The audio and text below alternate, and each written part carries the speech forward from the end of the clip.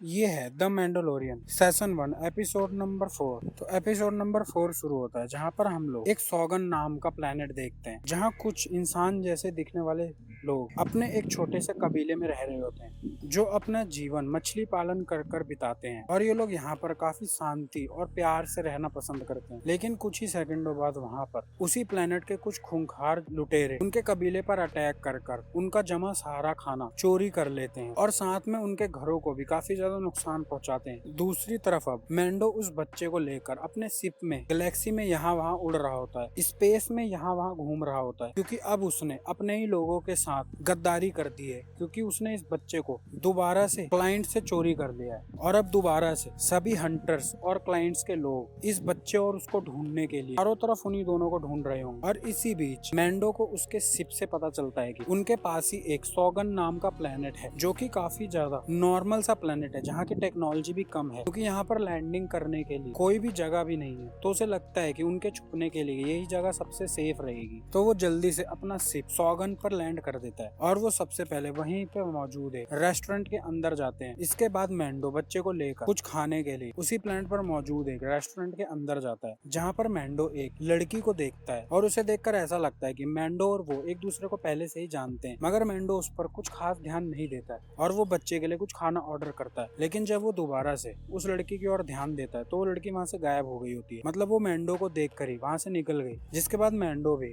वहाँ से बाहर निकलकर उस लड़की को ढूंढना शुरू कर देता है। लेकिन जब मैंडो को वो लड़की मिलती है तो वो मिलते ही उस पर अटैक कर देती है, जिसमें वो दोनों काफी अच्छी फाइट करते हैं और ये लड़की मैंडो को काफी अच्छी टक्कर देती है। और इन दोनों की फाइट से यही नहीं समझ में आता है कि इन दोनों में से कौन किसके ऊपर भारी पड़ रहा है, लेकिन वो दोनों एक दूसरे को सूट नहीं करते हैं। जिसके बाद वो दोनों दोबारा से एक साथ रेस्टोरेंट के अंदर आ जाते हैं। और अब यहाँ पता चलता है कि इस लड़के का नाम डून है और इस लड़के को और डून को मैंडो पहले से ही जानता है, क्योंकि डून भी एक शिकारी ग्रुप की हंटर थी। लेकिन डून बताती है मैंडो को कि उसने उन सबको छोड़ दिया, उसके ग्रुप के ऊपर हमला होने के बाद वो सभी मारे गए। जिसके बाद वो अपनी जान बचाते हुए यहाँ वहाँ छुप रही है, पर जिस कारण से वो भी इस प्लेनेट पर छुपने ही आई। अगर जैसे ही उसने मैंडो को यहाँ पर देखा तो उसे शक हुआ कि शायद मैंडो को भी यहाँ पर उसी को पकड़ने के लिए भेजा गया, जिस कारण से उसने बाहर उसके ऊपर अटैक कर दिया। लेकिन मैंडो तो खुद भी यहाँ पर छुपने ही आया होता है। मगर इसके बाद डून दोबारा से मैंडो को अलविदा कहकर वहाँ से चली जाती है, क्योंकि उन दोनों का साथ रहना काफी खतरनाक हो सकता है। तो अब उसी रात जब मैंडो अपने शिप के पास होता है तो रात के समय उसी कबीले से, जिस कबीले को हमने शुरुआत में देखा था, वहाँ से दो लोग मैंडो के पास आते हैं, क्योंकि उन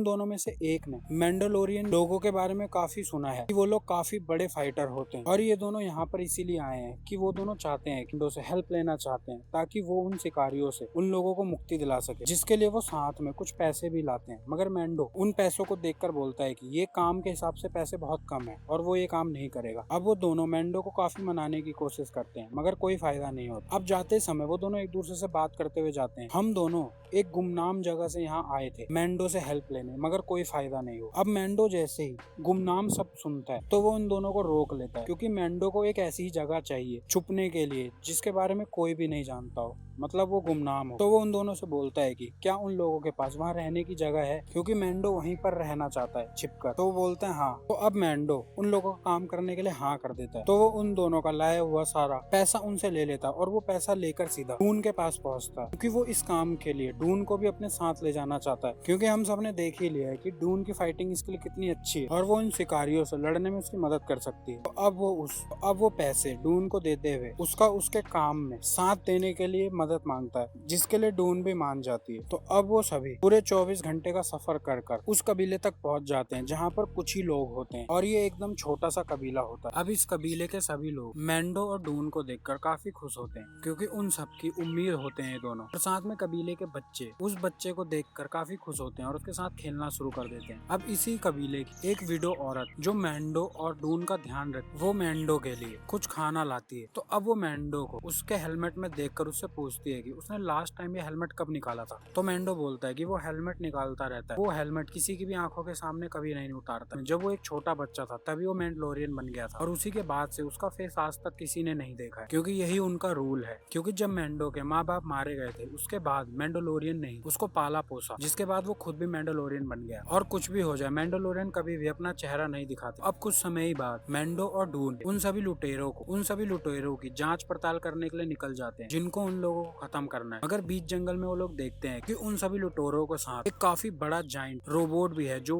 उन सब की मदद करता है, और उससे इन दोनों का अकेले लड़ना नामुमकिन है। तो वो दोनों दोबारा से कबीले में वापस आकर कबीले के लोगों को बताते हैं कि उन लोगों को ये जगह छोड़ देनी चाहिए, क्योंकि उन लोगों के पास एक काफी बड़ा रोबोट है जिससे उन दोनों का अकेले लड़ पाना नामुमकिन है। लेकिन वो कबीले के लोग बोलते हैं कि ये उनके पूर्वजों की बनाई हुई जगह है, और कुछ भी हो जाए वो लोग इस जगह को नहीं छोड़ेंगे। लेकिन वो दोनों उनको समझाने की पूरी कोशिश करते हैं कि वो रोबोट काफी ज्यादा खतरनाक है और वो दोनों अकेले नहीं लड़ सकते। तो ये बात सुनकर कबीले वाले बोलते हैं कि वो लोग भी मिलकर उनके साथ लड़ सकते। मगर प्रॉब्लम ये है कि इन कबीले वालों को लड़ना बिल्कुल भी नहीं आता है। तो डून बोलती है कि वो इन लोगों को तैयार कर सकती है लड़ने के लिए, जिसके लिए कबीले वाले भी मान जाते हैं। और अब डून उन सभी कबीले वालों को लड़ाई करना सिखाना शुरू कर देती है, जिसमें उन्हें गन चलाना और हथियार चलाना सिखाती है। और इसके दूसरी तरफ मैंडो उस रोबोट के लिए जाल तैयार करना शुरू कर देता है, क्योंकि उन लोगों की प्लानिंग ये है कि वो लोग उस रोबोट को मारने नहीं जाएंगे, वो लोग उस रोबोट को और उन सभी लुटेरों को इस कबीले तक लाएंगे और फिर अपनी प्लानिंग के हिसाब से उनको मार। अब फाइनली वो दिन भी आ जाता है जब उन लोगों को अपना काम पूरा करना है। तो वो दोनों पूरे कबीले को तैयार रहने को बोल उन शिकारी और उस रोबोट को कबीले तक लाने के लिए निकल जाते हैं। तो अब वो दोनों रात होने पर उस कैंप तक पहुंच जाते हैं जहाँ पर वो सारे लुटेरे होते हैं। तो वहाँ घुसकर काफी ज्यादा तबाही मचाते हैं और वो वहाँ पर एक बड़ा ब्लास्ट कर देते हैं, जिसे सुनकर उनके बाकी बचे साथी भी और वो रोबोट भी उनका पीछा करना शुरू कर देते और वो दोनों उनको दौड़ाते हुए अपने कबीले तक लेकर आ जाते, जहाँ पर सभी कबीले के लोग और उनके सारे ट्रैप तैयार है। लेकिन वो रोबोट उस नदी तक, उस बनाए हुए पानी के गड्ढे तक नहीं आता है। वो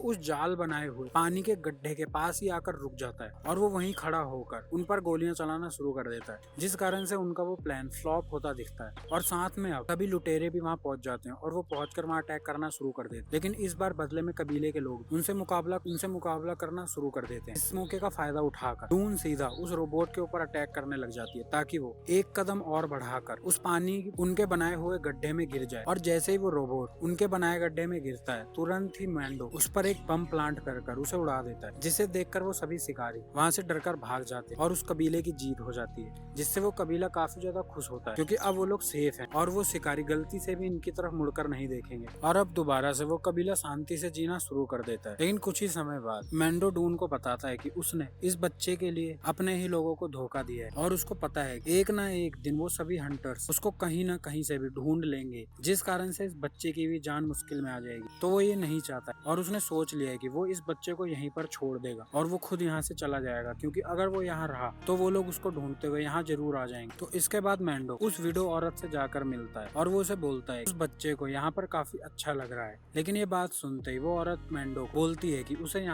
कि उसके कबीले के सभी लोग चाहते हैं कि वो भी यहाँ पर रुके, क्योंकि कबीले के सभी लोग उनको काफी ज्यादा पसंद करते हैं। और असलियत में मैंडो भी अंदर से यही चाहता है, क्योंकि मैंडो भी इस औरत मन ही मन पसंद करता है। तो अब इस पॉइंट पर वो औरत मैंडो का हेलमेट निकालने की कोशिश करती है, मगर एकदम से मैंडो ये करने से रोक देता है और वो बोलता है कि उसे यहाँ से जाना ही हो। तो वो औरत भी मैंडो को फोर्स नहीं करती है और वो बोलती है कि वो इस बच्चे का अच्छी तरह से ध्यान रखे। मगर इसी पॉइंट पर दूसरी तरफ से एक शिकारी उस बच्चे को शूट करने की कोशिश करता है, मगर एंड पॉइंट पर डून वहाँ पहुंचकर उस शिकारी को पीछे से ही जान से मार देती है। इसके बाद जब मैंडो वहाँ पहुंचता है तो वो देखता है कि ये भी एक शिकारी और उसके पास वही ट्रैकर है जो बच्चे को ट्रैक कर रहा है। इसका मतलब अब सभी शिकारियों को उनकी एग्जैक्ट लोकेशन पता चल चुकी है और अब बच्चे को यहाँ छोड़ना खतरे से खाली नहीं। तो अब मैंडो अपने साथ उस बच्चे को भी यहाँ से ले ही जाएगा, जिसके लिए वो तुरंत रेडी हो जाते हैं और पूरे कबीले को अलविदा बोलकर दोबारा से वहाँ से निकलने को रेडी हो जाते। मगर साथ में डून भी उन सबको अलविदा बोलकर अपने अलग रास्ते पर निकल जाती है। और ये एपिसोड नंबर 4 यहीं पर फिनिश हो जाता है।